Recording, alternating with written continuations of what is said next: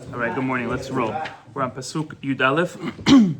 Pasuk goes as follows: B'derech chokhmah horiticha, hudrachticha b'ma'agalei yosher, which means I have instructed you in the way of wisdom. I led you in the course of fairness. Then he says, B'lachtecha lo yitzar tzadecha ve'im tarutz lo tichashel. He says, when you walk, your steps will not be constricted, and when you run, you will not stumble. Hachzek b'musar al teref nitzireh ki hi chayecha. Then he says, hold fast to discipline and do not let go. Guard it, for it is your life. So let's go from the beginning. The first pasuk describes Shlomo Melech really speaking here like a father passing down a legacy to his child. He's not, as we know, Shlomo Melech throughout the whole thing here is talking the way he's talking to his students and to his children.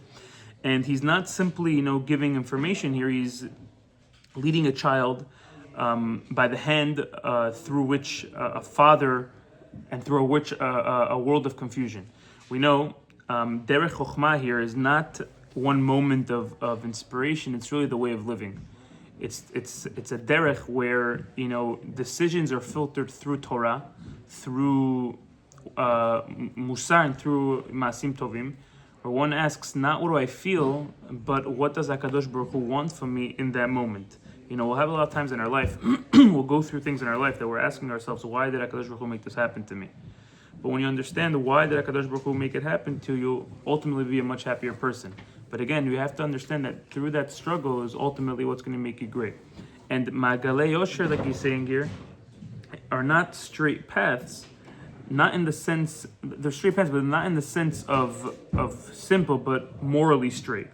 Meaning a child entering adulthood, naturally bumps into things on the road, right? He has shortcuts, he has justifications, he has rationalizations within his life. But Shlomo Melech is saying here, he's saying, I trained you to recognize, the crooked path before you're actually stepping onto it. And not only that, this is really a reminder that chinuch is not about giving rules, it's about forming instincts.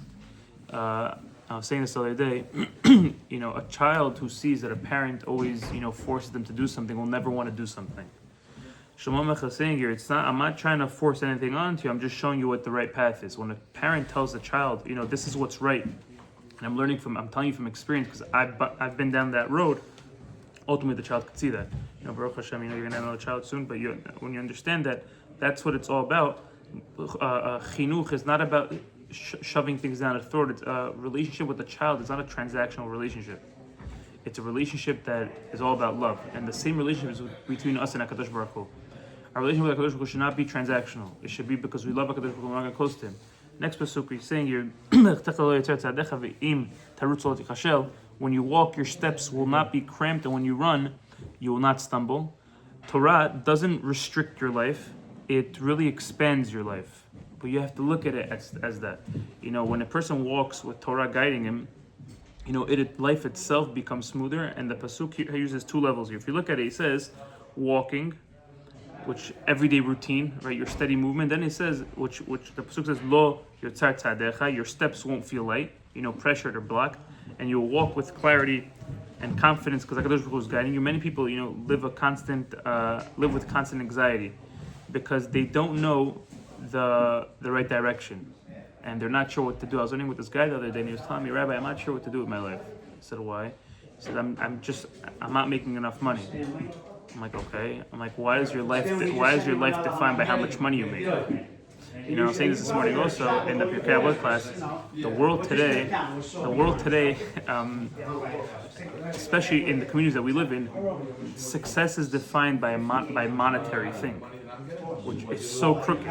Because why are we defining success by money? We say the richest people are the successful people. Success could be a regular person who's a good father. He's a successful father who's a good person, has good midot. Why did we define success by money? That's really the problem. We have to define success not that someone, I don't want to mention any names, but someone reached out to my father-in-law to do a podcast. And this guy has a bunch of rich people in the community on the podcast. And my father told him, why don't you interview anybody who's successful, nothing to do with money. A person who started a nice organization, Bikur Cholim, Chesed 24/7, Hatzalah, interview them. That's successful. You know why? Why did we make our community based on success? Is monetary. You know, the more buildings a person has, the more this. That's not what success is. It's about being a good person. You know, so that's what he's saying here. When you walk, when you have this, you know, when you have this walking with clarity with Hakadosh Baruch Hu, that ultimately is going to lead you to that, to understanding that it's not the money that leads me to success. It's me being a good person leading me to success. Because we know the more money a person has, the more arrogant a person gets. You know, unless you know how to you know. So that's what he's saying with the first thing. Lo yitzar tzadech. Then he says lo tichashel. Even when you push hard, right? When you run, like he's saying, when you run spiritually, when you when you take these big goals in your life, Torah really will protect you from tripping over yourself, because you understand now that these things are what ultimately is what's guiding me in my life. I was learning with this guy, completely secular. He was telling me, he said, I wish the whole world would follow the ways of the Torah, not just halacha, but just the ways that HaKadosh Baruch Hu was telling us, because the world will be a much better place. And Shalom Aleichem teaching is that Torah is not there to slow you down; it enables you to go further if you use it to go further. We have to change our relationship. People look at Torah as a restrictive thing. It's not, chas v'shalom. It's there to help you become greater. Next pasuk says, "Chazak b'musar al teref v'nitzrach ki hi chayecha." Hold fast the discipline and do not let go. Guard it, for it is your life. And this pasuk is really the heartbeat of musar, hachzek, which grab tightly onto the musar. You know, musar here doesn't mean punishment. Musar here means having your life with the structure, like he's saying here. It's having self-control. It's having, you know, boundaries and guarding your greatness from a self-sabotage. You know, we're all great. Problem is, we have layers upon us. I said this the other day. You know, our neshama is like an onion. We have all these layers around us that ruin the neshama. You know, like people coming and disturbing the class. You know, that ruins the neshama. But when you start peeling away those layers, that's ultimately when Shalom Aleichem is saying you could start getting back to the root. The Yitzhara. It's all good. The Yitzhara, you know, operates like. It's totally fine, Sammy. I went 30 years ago. You want to give the class? I think I did Shas 3 times. Okay, keep going. It's fine. The Gemara in Bava Metzia says you could lie if you finish Shas. So it's, yeah, keep going. The Yitzhara here operates, you know, like gravity. The Yitzhara always pulls you down. Musar is the weight that pulls you back up, right? Because if you don't understand what you're doing wrong, you can't go back up. You know, I was saying this the other day. There's a story of my friend's father actually. My friend's father started. He wasn't religious. He started keeping Shabbat. I think it says here, but he said, I'm starting to keep Shabbat. No matter what, I'm starting to keep Shabbat. I heard a shiur, very inspirational shiur, he said, I'm going to start keeping Shabbat. Okay. It's 47th Street. He was working on a diamond dealer. Sitting there. Friday comes. Some rapper comes up to him. They've been doing this business for years. He gives him $150,000 cash. He says, I need this golden Cuban chain by tomorrow. It's Friday afternoon. He says, I can't. I keep Shabbat. He's like, I don't care. I want it tomorrow. I want the chain tomorrow. I can't get it for you. I started this. I became religious. I'm keeping Shabbat. I don't care. He has a dilemma now. First Shabbat, I'll push it off to next week.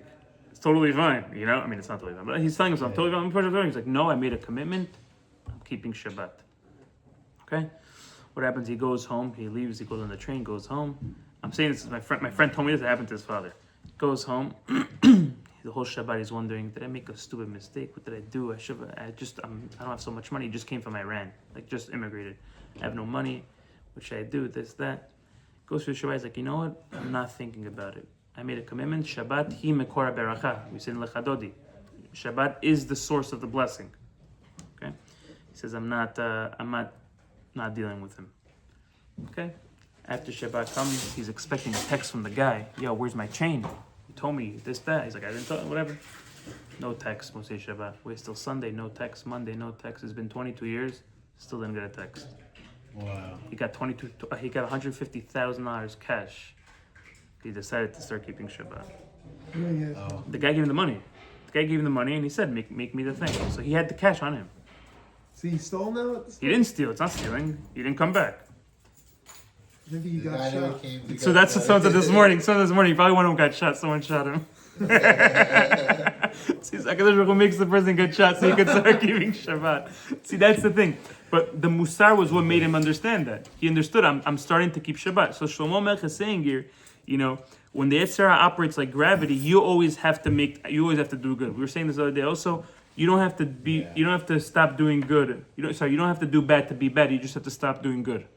Yeah. Right? In the world today, the gravity pulls you down. Every single thing around you pulls you down. So Shlomo Melech is warning us here. He says, don't loosen your grip here. Discipline will slip quietly, but you have to hold on. One skip tefillah, you ignore a geder they put onto yourself, a boundary. One moment of anger, slowly will make you a worse person than where you were before. But when you say ki hi chayecha, when musar isn't an accessory to your life, it is your life. Because without this musar, without discipline, without self-mastery, like we say, the Gra used to say that a person was here to build, at least to fix one midah. The Rambam says this, why do we have 630 mitzvot? Because maybe we'll do one of them with all the kavanah. And he says that it's harder to finish Shas, it's easier to finish Shas, the whole Shas, than to fix one midah. Wow. That's why it's a lifelong mission. And B'ezrat Hashem, a person should not become a prisoner of his impulses, but with Musar, B'ezrat Hashem, he becomes a king over his impulses. Have a great day.